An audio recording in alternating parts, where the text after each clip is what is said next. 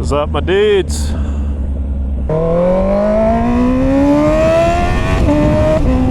Yeah, I thought today I'll make a little video talking about why I chose this bike over the R7. When I was deciding what bike to get, there was an option. Yeah, based on my budget, the two bikes I was kind of deciding between was the R7 and the CBR650R. So that was the two bikes I was kind of stuck between, and I ended up going with the CBR. So I'm going to kind of get into details of why that is, why I chose that. The main reason is just the engine. I've got nothing bad to say really about the R7. It's a cool bike, very good looking bike.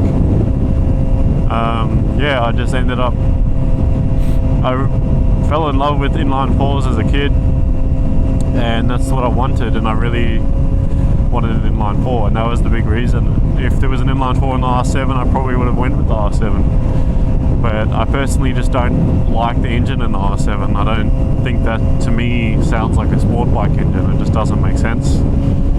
So yeah, I ended up going with what I wanted, and yeah, I do not regret it at all.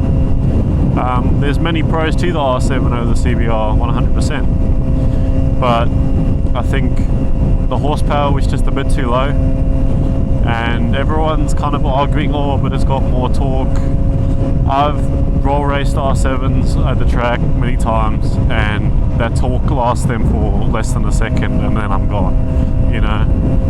So the torque really just doesn't do much for that bike, and it's just lacking a little bit of power.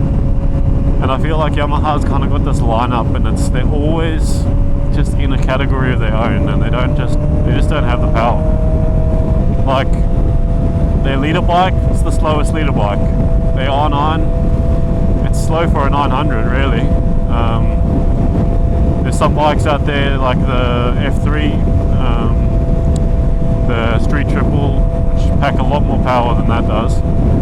So I just feel like Yamaha's always got a weird lineup, and they're always just in a category of their own. And the R7, it's so weird because it's like it's not in the 400 class, but it's not really at the 600, 650 power either. Like, yeah, okay, maybe it competes with the Ninja 650, but against the RS 660, the CBR, the Trident Daytona,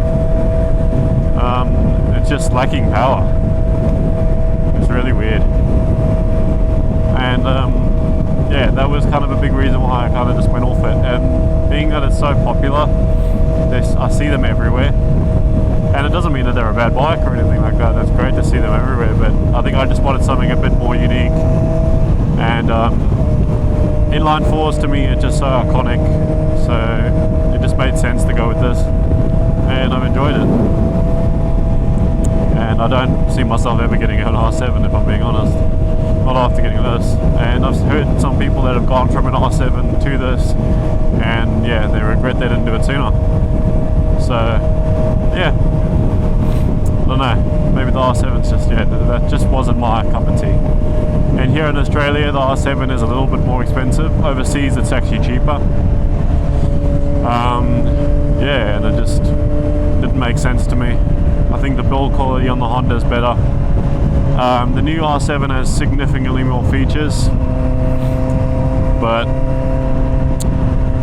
it doesn't even matter. I don't care how many features it does have, you know, like it's still got that motor. I don't like that motor.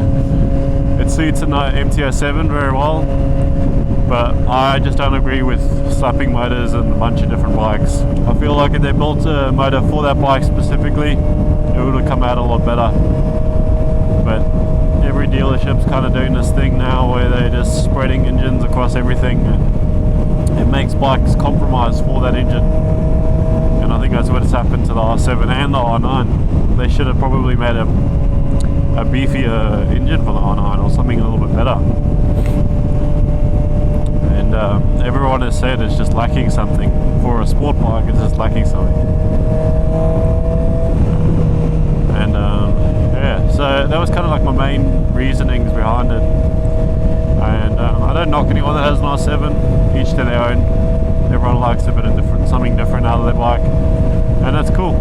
know. But for me personally, I wanted an inline 4, and I'm still obsessed with it. If I'm looking at new bikes, I find myself struggling to get to grips with the idea of moving away from an inline 4, because I just feel like they're so rare to see these days, as they're slowly getting rid of them. And yeah, I feel like they're going to become a classic. So I'm going to keep holding on to my inline 4 for now. So yeah, just little thought. That was kind of just closes a little bit my decision process for this bike. Yeah. Alright, so yeah, I'll catch you guys in the next one.